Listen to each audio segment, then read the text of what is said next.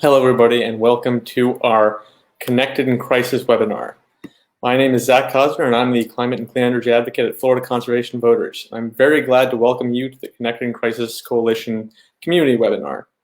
It's almost impossible to believe that it's been just about a full year since the U.S. began to experience the first major waves of COVID-19.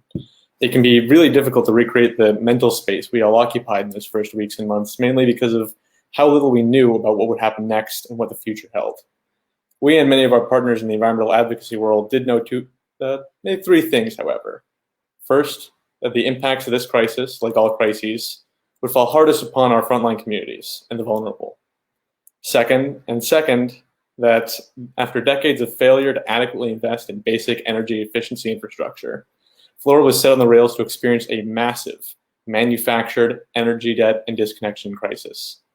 Third thing we knew is that in the midst of a pandemic, which requires people to stay indoors, which emphasizes the need for washing hands, and which generally provides a horrible set of circumstances for all people of Florida, no family should have their misery compounded by being disconnected from their power or their water.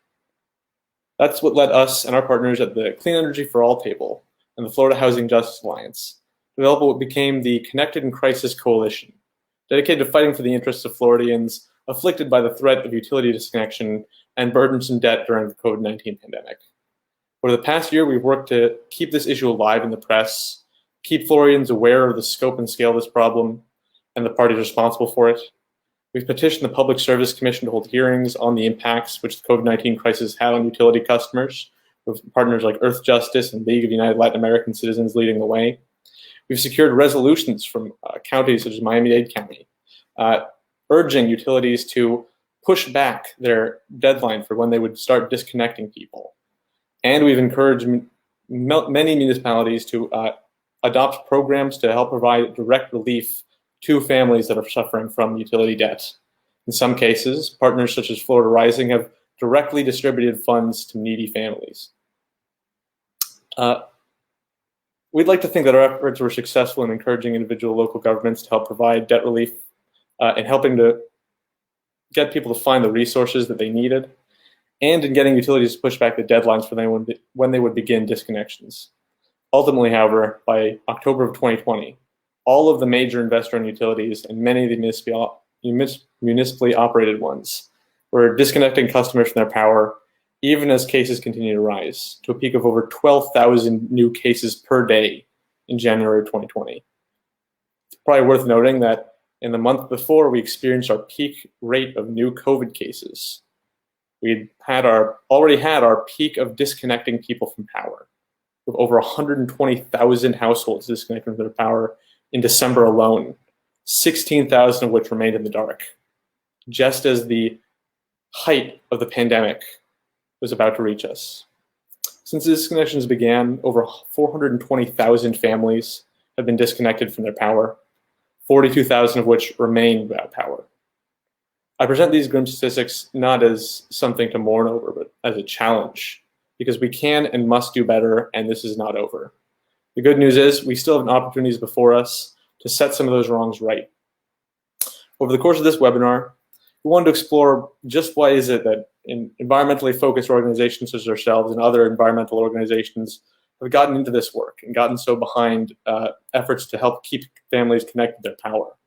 The importance of environmental justice, the connection to the necessary changes we're going to need to make in order to avoid a climate catastrophe, as well as next steps, resources available, and the stories of individual people afflicted by this horrible crisis.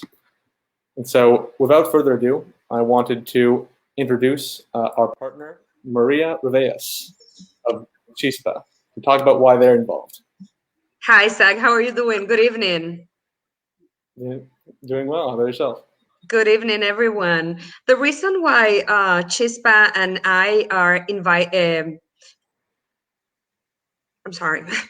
the Chispa and I are engaged on this is because the Black and Brown communities have been hit so disproportionately by this pandemic, and they are dying from it at alarming rates. We know that environmental racism is affecting communities of color in a disproportionate way, and so are utility disconnections. And the Connected in Crisis Coalition is really looking for solutions and relief, taking the community need first into consideration. Mi nombre es María Rebellas y somos parte de Connected in Crisis Coalition porque sabemos que las personas y las comunidades de color y las minorías están enfermándose del virus del COVID-19 y muriendo a causa de él a un ritmo acelerado. El racismo ambiental está afectando a las comunidades de color de una manera desproporcionada y también las desconexiones de servicio público. La coalición de Connected in Crisis está buscando soluciones y alivio teniendo en cuenta las necesidades de la comunidad en primer lugar. Así que that's why we are engaged in Connected in Crisis, and so grateful to be with wonderful partners tonight talking about this.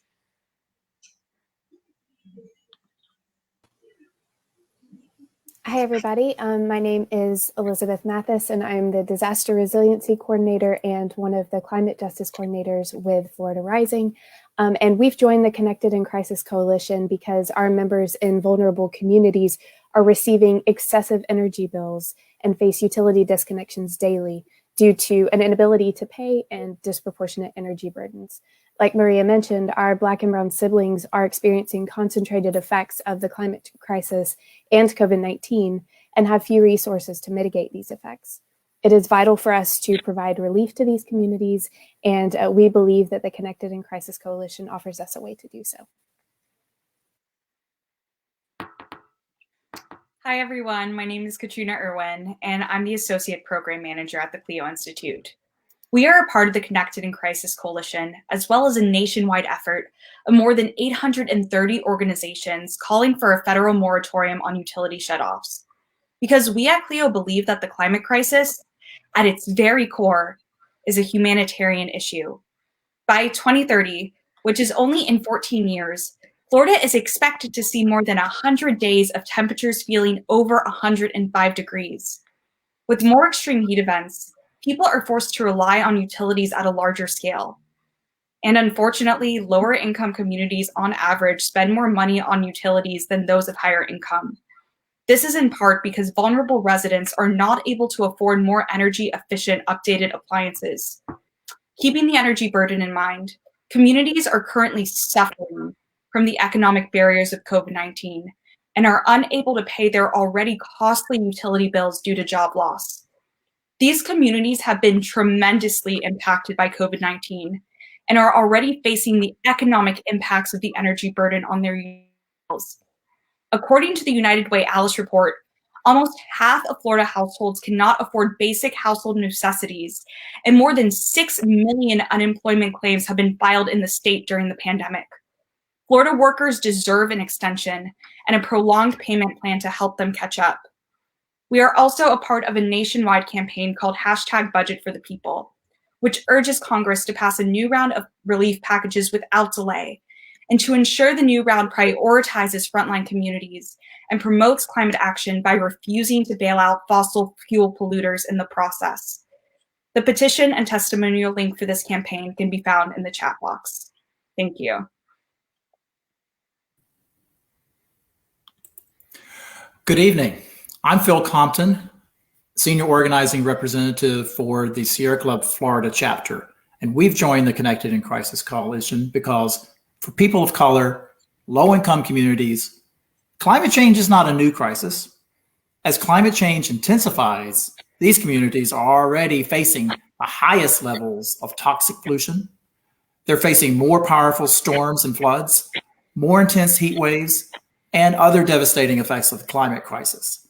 Now in Florida, not only is it getting hotter every summer, the economic crisis of the last year has demonstrated that our communities are not resilient today to the high cost of energy, especially for those condemned to live in homes that need weatherization measures that they can't themselves afford. With virtually no help from our utilities, who do less in Florida than anywhere else in America to help their customers save money, too many of our neighbors instead face having their electricity cut off by these utilities that nevertheless do want their money, whether or not you can afford to pay your bill. We're joining together to recognize the fact that climate action is incomplete if it fails to address the extreme conditions facing frontline communities. Thank you.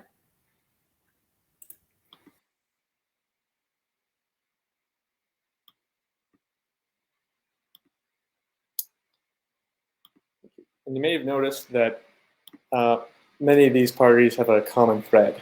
Now, while we don't have all of the parties and organizations that have been part of the Connecting Crisis Coalition on today, I also want to recognize some of the other Connecting Crisis Coalition participants, including Catalyst Miami, the League of United Latin American Citizens, Moms Clean Air Force, Rethink Energy Florida, Solar United Neighbors, Food and Water Watch, Vote Solar, and many more. And now, you may have noticed that a lot of the folks on the call have mentioned Black and brown communities and the people who stand to be affected by the disconnection crisis. And so, to touch upon that subject, I want to invite Representative Ana Escamani to talk about why so many organizations have begun to take environmental justice so seriously. And without further ado, Representative Escamani.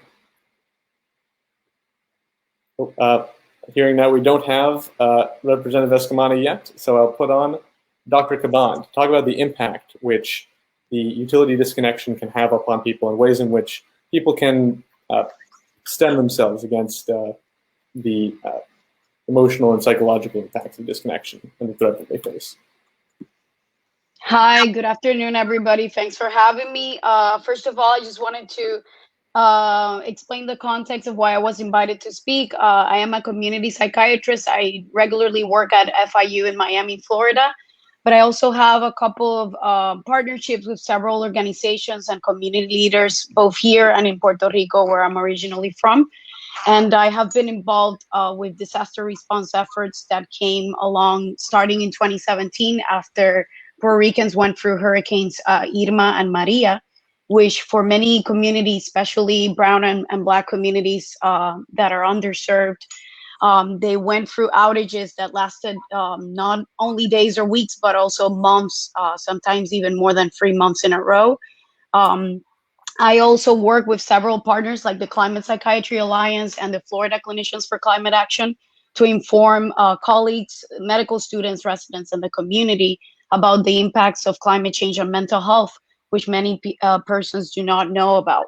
And definitely the consequences of the stress that people have to endure when they're going through this situation for a long time, not only power outages, but all of the consequences that come along with that. Sometimes not everybody has food security, and sometimes not having refrigeration options for food could be, for example, a very complicated situation in which we can't preserve the little food that we might have to keep refrigerated, for example.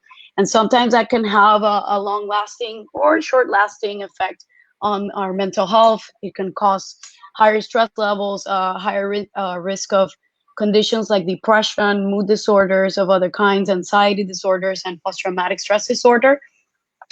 So seeing what the communities have faced in Puerto Rico and some communities face here when they go through situations like food or housing insecurity and power outages has made me more aware of the need to be advocates and join all of these wonderful organizations that are hosting this webinar today to speak out and engage in efforts to try to secure more social justice and rights for people that are struggling with situations with food, financial insecurity, even more now that we're facing not only the chronic impacts of climate change, but also the acute and now becoming chronic impacts of the pandemic.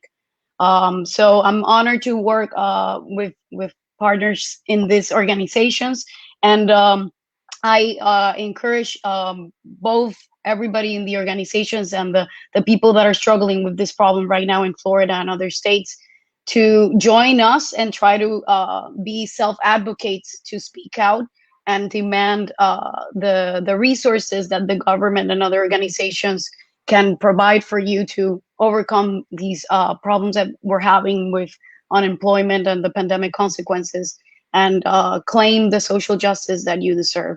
So thank you for having me. Thank you, Dr. Caban. And without further ado, I'd like to welcome Representative Ana Escamani to talk about the importance of environmental justice and the connection to this issue.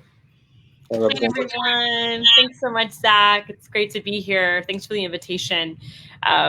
These are really tough times, and the fact that we are not acknowledging the connections between utility disconnects and environmental justice, as was just actually outlined by our professor, it really shouldn't be a complex topic to wrap our brains around. You know, for those who don't know, my name is Ana Escamani. I've been serving as a state legislature for now going into my third year in office. I was elected as a first-time candidate back in 2018, and come from struggle. So, you know, my empathy and my passion for these subjects very, very much comes from my own lived experiences of my parents struggling to pay rent on time, my parents buying their first home together that was small but mighty for me and my two siblings. And of course, my mom actually being diagnosed with cancer and passing away when I was a kid. And so these issues are personal because I live and breathe them. And throughout the COVID-19 pandemic, our office has been working overtime to help folks who are experiencing financial crisis stay in their homes and keep their lights on. And the fact that we're allowing disconnects to continue right now is also the antithesis to allowing folks to get back to work and allowing folks to continue their education, especially for our school children, and to be able to meet the standards we're establishing for them under the context of benefits being so restrictive. I'll give you a few examples. So I've had to spend my own money in paying for people's hotel rooms, in paying for people's rent and their utilities. And in fact, there's been more than one occasion of families and Floridians contacting us because their power is about to be disconnected, or their power was disconnected and they don't know what to do. In one case, a woman was about to start a new job. She had a new job. She was working from home, but she wasn't going to be able to start the job because she was about to lose her electricity and her Wi-Fi.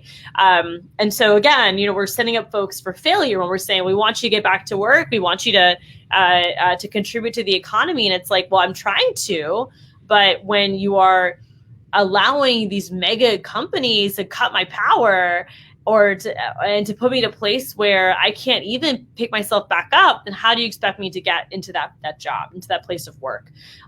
We've had so many situations where late fees have been applied to folks who are trying to pay on time, but because of a late fee, now they're negative $40, which might seem like a small amount of money to a lot of people, but if you are already in a place of concentrated disadvantage, that's a big chunk of change. That's food on the table for your children. That's paying down your rent or your mortgage. And then even today, we had an email from someone in Orlando who was late to making 2 payments for their utilities with OUC. And OUC has a policy that if you're late to making 2 payments, then you have to continue paying by cash for the next 12 months. And so we're telling this person that now they have to go in person to pay for their bill in the middle of a pandemic because they missed 2 payments during a pandemic. I mean, you know, so many of these policies don't make sense to the lived experiences people are going through, and they don't make sense to our efforts to also keep folks safe and to keep folks housed. And with that said, you know, we have been championing efforts to ask the governor to put into place a utility disconnect moratorium. One of the first efforts we actually took on when COVID-19 was striking the state was to get commitments from utility companies that they would not disconnect during the pandemic. I remember actually tweeting at FPL because at the time, every major investor-owned utility in the state had already made these different commitments around disconnects during the pandemic, except FPL. And so folks don't think, Twitter doesn't have an impact. Definitely can. And I remember getting that commitment from one of their spokespeople. They were not going to disconnect people during the pandemic. Of course, that was back in March, and things changed very quickly as Florida reopened the state. And an assumption was made that folks are back to normal and they can afford these payments. And again, every person's impacted by COVID-19, but those that are struggling the most in the sense that they've lost their jobs tend to be people of color, service workers, folks who are low income. So we're already creating a tale of two states, right? We have the Floridians that have been able to navigate the pandemic by working from home, have been able to pay their bills on time, have been able to lean on family and friends to support them. And then you have Floridians that are essential workers who are working overtime and not necessarily getting the hazard pay they need to work under these dangerous circumstances, who are not getting vaccinated yet. And then, of course, you have folks that have been laid off. And right now in Florida, there are at least 200,000 people still claiming unemployment benefits. And it's probably more who are unemployed, but folks who just, let go of benefits because the process is so hard to navigate. And again, those are folks that are going to be predominantly working class, and they're going to be predominantly women and people of color and folks that are just trying to make ends meet. They want their kids to be safe. They can't even do distance learning because they have a risk of losing their power. And so these issues are intersectional. They are incredibly important. And I really thank Florida Conservation Voters and Chispa and so many other organizations that have been championing this issue and not letting it go, and trying to connect Floridians to resources like United Way and trying to make sure that folks know what their options are and contacting utility companies to ensure that at the very least there is some sort of advocacy effort there. And so again, just thank you for y'all's work and, really, really proud to be a part of it. Thank you so much for your words of wisdom, Representative Eskamani. And, over the course of this webinar, we've talked a lot about, these numbers, these thousands of people being disconnected. But those can be very abstract. And so now we wanted to focus in a little bit more and highlight some of the actual stories of people who have been affected by this crisis. And so with that, I'd like to introduce Carlos Torrealba of the Central Florida Jobs of Justice to share some of those personal stories that we've collated and experienced. Thanks, Zach. Well, nice to be here with y'all. My name is Carlos Torrealba, and I'm the Climate Justice Program Manager for Central Florida Jobs of Justice here in Orlando. And, we're part of Connected in Crisis because, we at Jobs with Justice, and we're also part of Central Florida Climate Action, which is a coalition of 20 plus orgs, labor unions and worker organizations that believe in climate justice and believe in transitioning to an economy that puts people and planet before profit. And we believe that energy, just like housing, just like food, just like water, should be a right. Many of our communities here in Central Florida and throughout the state understand the impacts of the energy crisis, right? Many folks rely on medication that they have to take that has to be refrigerated. They rely on machines, on things to get to work, things to survive, right? And when folks get cut off, it's not just a matter of getting your lights turned off, right? It really becomes a matter of life or death for many folks. Back in August, OUC decided to restart disconnections for folks that they had stopped because of COVID, right? And in August, the crisis hadn't subsided, right? If anything, it hadn't even peaked. And us, and along with 20 plus different organizations, social orgs and unions and folks, came together and said, this is not right, and we shouldn't be cutting off folks in the middle of a pandemic that has not even subsided, right? As we know, Central Florida has been very hard hit because of our economy based so much on hospitality and tourism. And so many in our community are still unemployed, still without work, still on unemployment to this day, right? And so we pushed back, and what you're about to see now is a small clip that we did with Sharona, who is a community leader here in Central Florida, who had her power shut off, and the effects it had on her health, her community, her family. And what we want to emphasize is that these are stories that happen every day across the state that are still happening now. It hasn't stopped. And even before COVID crisis had been happening. And so we just want to emphasize the importance for our communities that energy is a right, and energy should be free for all to be able to use, because without it, a lot of our communities are at risk. So without further ado, here's a video that we did and a few clips of it.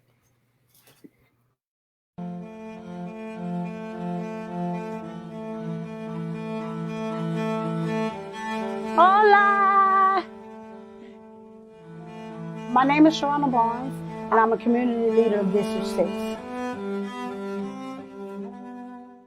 The reason why I got involved in organizing for the people in my community is because things were actually happening to me, and I was seeking answers. And like, I know that I'm not the only one that's going through this. As an OUC customer, my experience has not been a great one. I say I hadn't gotten a bill in probably 6 years that was under $250. One of my highest bills from OUC was like $490-something, and that was in 1 month. And if you ask anybody around here, their bill is high. It's absurd. It's ridiculous.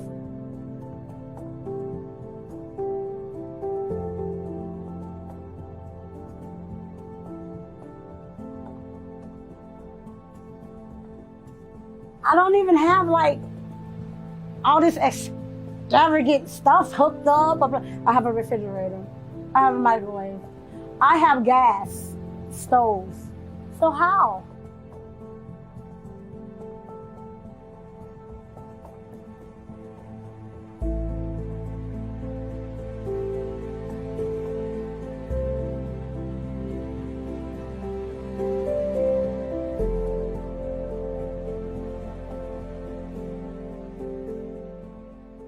I had gotten behind and I was seeking for help. I need help to pay my bills. Or you see saying, oh, we're gonna reach out to the people. We're not gonna, just shut them off, leave them in the dark. We're gonna make sure that we come up with a plan that have them not be shut off, but we can work with them. So I end up on a Power Pass program that's supposed to help you save energy. And it wasn't even 6 months now. My lights have been cut off for a total of 8 times. It left me with disappointment, worrying, and not understanding. What do I do next? I have children.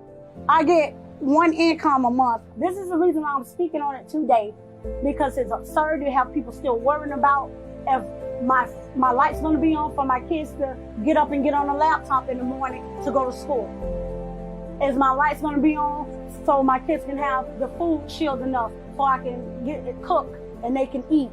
Every day I wake up every day to see if my lights are cut off. It may work for their businesses or it may work for corporations, but it's not working for residents.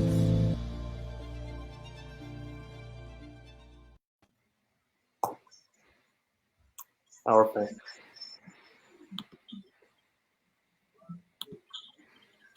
And so I wanted to introduce Maria to delve a little bit deeper into the personal experiences that people have faced throughout the COVID-19 crisis and the personal element of this issue.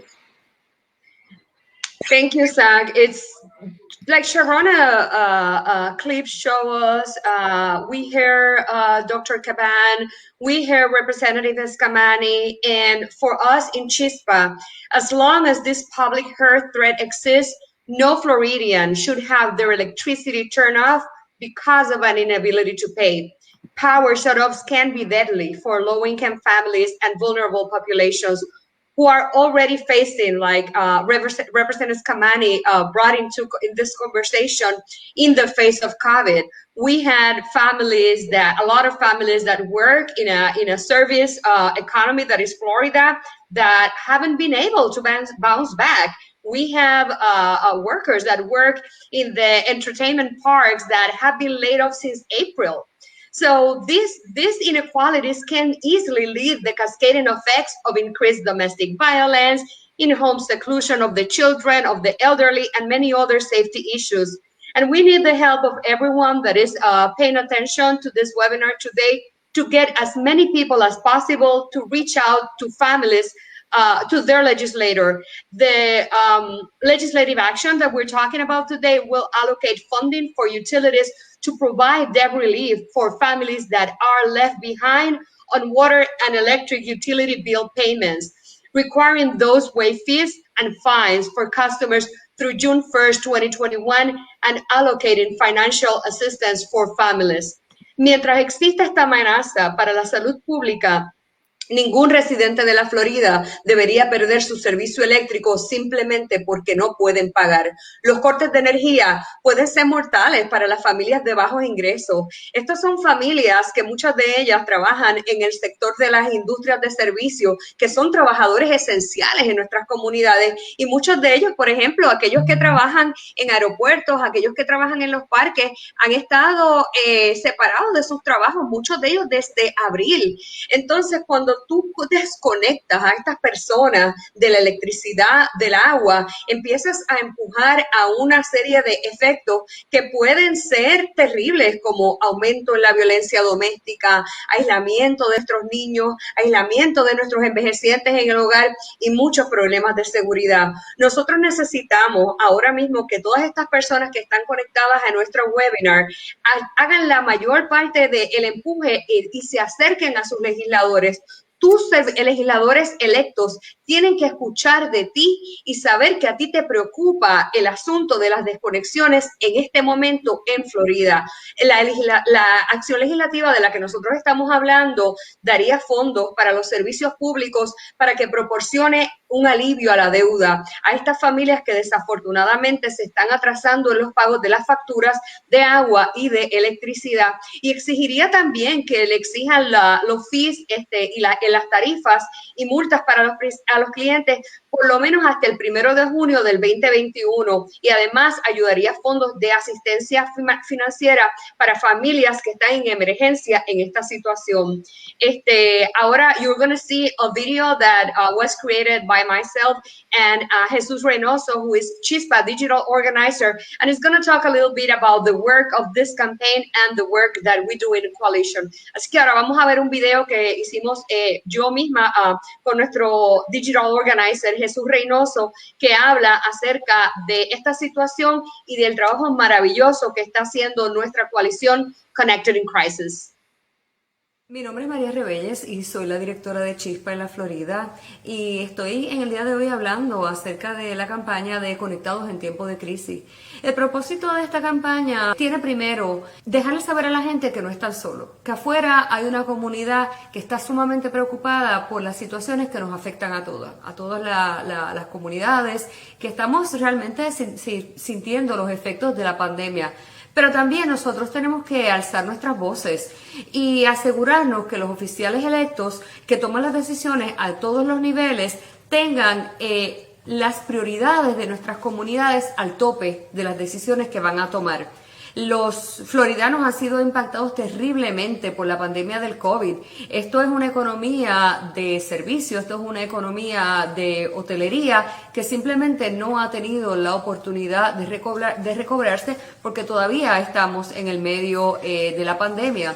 Tenemos comunidades enteras que llegaron de Puerto Rico después del huracán María, y también tenemos comunidades indocumentadas que a lo mejor no tengan acceso a otros servicios de recuperación económica. La campaña de Conectados en Tiempos de Crisis es una campaña para educar a nuestras comunidades y también trabajar para que tengamos soluciones justas. Comunícate con nosotros, déjanos tu email, déjanos tu información, vamos a trabajar juntos, vamos a encontrar soluciones a favor de todos los residentes de la Florida.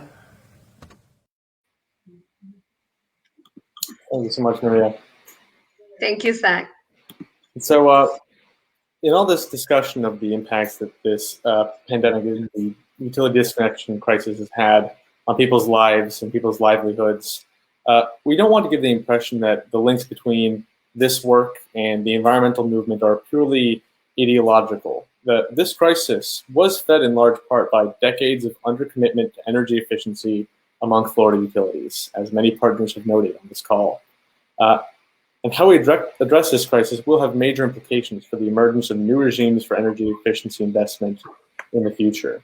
In order to explore the connection between this issue and the energy efficiency investment deficit in Florida, we have George Cabras of the Southern Alliance for Clean Energy. Thank you, Zach, and good evening, everybody. Like the other Connected in Crisis Coalition partners, Southern Alliance for Clean Energy is concerned at the way utilities have been moving forward on disconnecting power to families who, at no fault of their own, are struggling to pay their power bills. Really, no family should have to make a choice between paying a power bill or putting food on the table. Families that pay a higher proportion of their income on energy costs are said to have an energy burden, and there are so many families in Florida with a high energy burden as the economic fallout from the COVID crisis is really laid bare. 23% of homes in Miami and 21% of homes in Tampa are considered energy burdened. That is, they spend more than 6% of their income on energy costs. And of these households, 12% are severely energy burdens, which means they spend more than 10% of their income on energy costs. Now, the state's power companies should be doing so much more to help families lower energy use and save money on power bills through energy efficiency programs.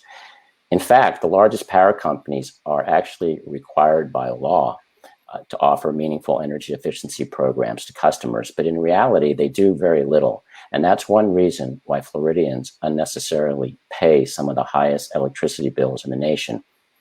So what is an energy efficiency program? So there are utility-led programs that provide information and rebates for efficiency measures that improve people's lives and make their homes more efficient, safe, and secure. And these measures include more efficient lighting, air conditioning upgrades, sealing leaking air conditioning ducts, adding insulation, attic insulation or wall insulation, or more efficient kitchen appliances. So these improvements make a real difference in people's lives. For instance, low-income weatherization programs can reduce household energy use by 25% or more, and those are real dollars. And it doesn't only help customers who participate in the programs, but all customers, because it's the lowest cost resource to the utility. And that means the utility saves money on not having to burn as much fossil fuels to meet electricity demands. And it defers having to build costly new polluting power plants that increased rates and customers' bills. And it also keeps energy dollars in local communities, and it drives economic development and jobs in our neighborhoods. What's not to like about it, right? But Florida does a really poor job on energy efficiency. That's because the state agency that sets the energy efficiency goals for the state's largest utilities, the Florida Public Service Commission, relies on outdated practices in setting these goals. They haven't been updated in 30 years. So, clearly this is not a priority at the moment in the state, at the state level. These practices are so bad that no other states rely on them for setting goals. But we do have an opportunity to change that, as the agency is now finally revisiting its rule for setting goals. So how can you help? You can help encourage the Florida Public Service Commission to modernize its policies to help hardworking families by visiting EnergySmartFL.com. That's EnergySmartFL.com, and take action by sending a letter to the commission. And of course, stay engaged with the Connected in Crisis Coalition as we try to make sure that the state's largest power companies and the state address the needs of hardworking families. Really, just helping customers reduce power bills doesn't only help families, but it's good state policy. And now I'd like to turn it over to Bradley Marshall, who will discuss upcoming rate cases and what they mean to you. Thanks, George. My name is Bradley Marshall, and I'm an attorney with Earth Justice, a national nonprofit environmental law organization. We've joined the Connected in Crisis Coalition because we're committed to a just transition to a clean, renewable energy economy. And that means we need to consider the impact of work in the energy sector on low-income households and communities. Ensure that we're all working together with everyone to bring about the future that we want to see. So right now, we have a series of rate cases by the investor-owned utilities in Florida. That's Duke Energy, TECO, and Florida Power and Light, which now includes Gulf Power. Most people in Florida are customers of these monopoly, investor-owned utilities. They are now all seeking to increase their rates, as in how much they charge their customers to provide electricity. Because they are monopolies, their rates are controlled by the Florida Public Service Commission, as are their disconnection policies. Now, while these utilities continue to disconnect Floridians throughout the state, these utilities want to be made whole for their COVID costs and losses by increasing everyone's bills to make up for the money the utilities have been unable to collect from those unable to pay their bills. So, they are working hard to make themselves whole. On top of that, some of the utilities, like FPL, actually want to substantially increase the profits they are allowed to make. To me, all of these issues are connected: rates, disconnection policies, and energy efficiency. Because of a lack of efficiency, people aren't able to pay their bills, so they get disconnected. As the utilities disconnect people, they want to increase everyone's rates, making it even harder for people to pay their bills. Also, because of a lack of efficiency, they build more fossil fuel power plants, driving up rates and bills even higher. It's a cycle. And what they really don't want is to hear from you, their customers, during these rate cases. FPL, for example, has opposed Florida Rising from being able to intervene in their rate case on the theory that people's electric rates and bills have nothing to do with economic and racial justice, part of the mission of Florida Rising. We think that's absurd. That makes it all the more important for the Florida Public Service Commission to hear what Floridians think of their electric rates going up during a pandemic in order to increase utility profits. I'm sure you'll be seeing action alerts from various organizations on how to communicate with the Commission. But if you want to communicate with the Commission directly, feel free to email, so the email's below, clerk@psc.state.fl.us, and let them know which rate case you're commenting on, and let them know what you want the disconnection policies for the utilities to be. And if you're a customer of the utility, it's also good to let them know that. Thank you. And at this time, I think I'm passing it back to Zach. Thank you so much. Now, at this point in the call, we wanted to just highlight a few resources that are available to Floridians at the moment. At the federal level, there is assistance that applies to some families through programs such as the Low-Income Home Energy Assistance Program, which provides federal money to help utility customers who are low income, falling below a certain threshold of income, help to pay their bills and their utility bills.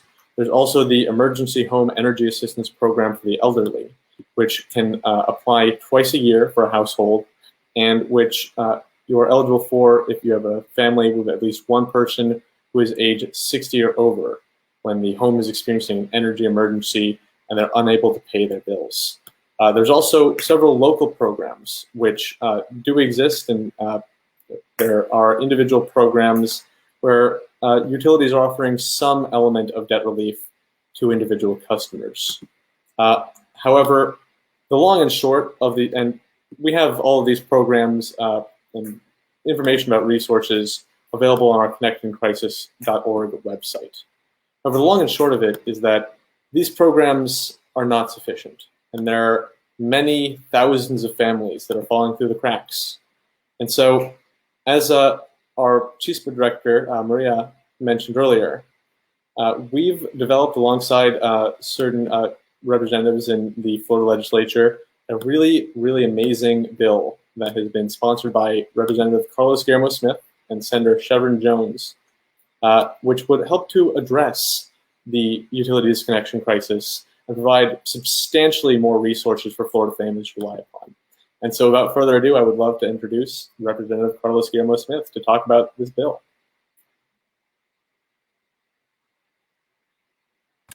Hello, everyone. Thank you so much, Zach.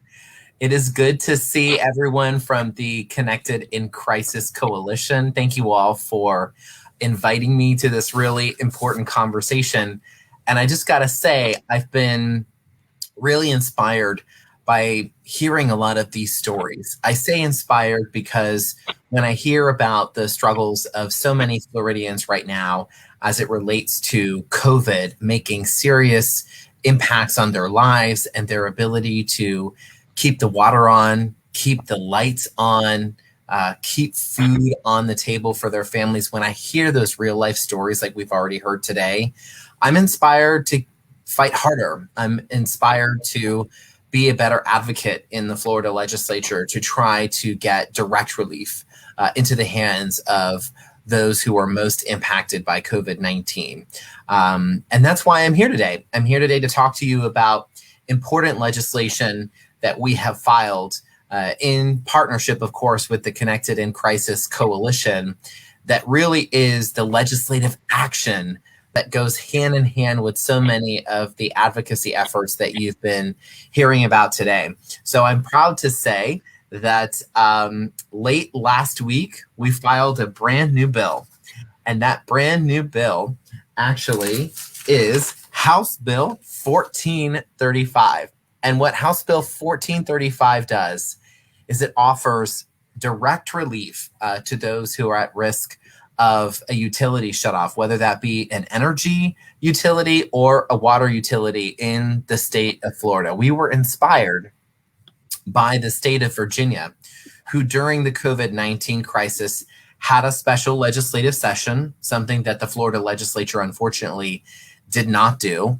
But what the Virginia legislature did is they enacted $100 million in direct relief to utility ratepayers who were behind on paying their water, on paying their electricity, really to help them pay off their balance, to avoid disconnects, to avoid shutoffs in the state of Virginia. So that's why we've brought forward this proposal to do exactly what they did in Virginia right here in the state of Florida. Look, here's what we know. We already heard some of these facts today. There's 130,000 Floridians right now who are projected to be behind on their utility bills due to COVID-19. We have 200,000 households or businesses who already have been disconnected because of that lack of payment. And we also know that Black and brown communities are disproportionately impacted by these shutoffs. You know, it's not good enough for a utility company, for example, to offer some other types of relief to some of those ratepayers to avoid shutoffs when those programs, first of all, are not communicated to them in their language, and they have a number of caveats that exclude them from being able to access those funds. That's why we brought this bill forward. It offers $100 million in relief to those ratepayers to be able to keep the lights on and the water on in exchange for a commitment from the utility provider, a commitment from that utility provider that they will not engage in shutoffs during the emergency period, that any late fees, any disconnect fees, or any other upfront fees that have been accumulated during the time that this customer has been behind in paying their utility bills are automatically waived. Those fees are waived as a condition of the utility company being able to receive these funds. And so this is the type of action that we're talking about as it relates to really being able to help people who are in this situation right now. Now, this is not something I'm doing alone. It's something that we're doing certainly in partnership with the Connected in Crisis Coalition, but it's also in partnership with Senator Chevron Jones, who filed a companion bill, and that companion bill number is 1860. I pull the bill up right now because this is the call to action. We need you to contact your state representatives and your state senators. If they're a state rep, the ask is for them to co-sponsor House Bill 1435. That's my legislation that I just told you about that offers $100 million in direct relief to avoid shutoffs. And if it's your state senator, we want them to co-sponsor Senate Bill 1860. Of course, that's the companion bill that we filed with Senator Chevron Jones. And the reason why is we need another coalition in addition to the Connected in Crisis Coalition. We need a coalition of lawmakers, Republican, Democrat, and otherwise, who are getting behind this bill so that we can see this direct relief be enacted here in the state of Florida. Look, I know that the legislature has already dropped the ball. 43 state legislatures in the country had special sessions in response to COVID to try to help their constituents. Florida was not one of the 43. We were one of the 7 that actually took a hands-off approach. Of course, that is an approach that I opposed, that my colleague, Representative Ana Escamani, opposed. We called for special sessions last year early in the pandemic so that we could propose these types of direct relief bills that we're talking about today. And so it's not too late. We know that this relief, while it may be long-awaited relief, it's still relief that would be much, much, much, much needed in the impacted communities that we're advocating for. And so we want you, again, to reach out to your state rep and ask them to co-sponsor House Bill 1435 and Senate Bill 1860. And so I know that we can do this together. The big difference between this session and last session as it relates to funding for these types of programs is last session, our legislature actually left before the CARES Act was even passed. And so we didn't have an opportunity to help decide how those funds were going to be dispersed. This year, President Biden's American Rescue Relief Package is going through Congress as we speak. It's already passed the U.S. House of Representatives. It's pending approval in the U.S. Senate. And it's proposing as much as $10 billion, $10 billion with a B, to Florida's state government to be able to pay for programs offering utility relief like the one that I've just told you about. So we know that we have the resources to do it.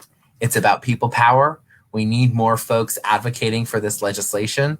And I just want to thank the Florida conservation voters, Chispa, and everyone else who's a part of this coalition for fighting for this bill, because I'm going to be fighting right there alongside you. So thank you all. And la lucha sigue, as they say. The fight continues. So thank you all for having me. Absolutely. Thank you for being here, Carlos. And thank you for your compassion for the vulnerable citizens of Florida, as well as this amazing piece of just extremely common sense legislation you've put forward. And so we've got links in the chat for action items and means of addressing your legislators on the importance of getting this legislation, this bill passed, which, if passed, stands to help everybody from the utilities themselves to the people who are struggling to pay their bills. Is making sure that, this COVID-19 pandemic and the socioeconomic impacts don't also have a manufactured element of as well. And so with that, I think we are going to end our Connected in Crisis webinar. Thank you all so much for your participation. Thank you again to the legislators who have been on, Representative Ana Escamani and Representative Carlos Guillermo-Smith. We look forward to seeing this legislation hopefully sail through the legislature and provide some really great relief to Florida families. Yes, thank you all. Thank you so much.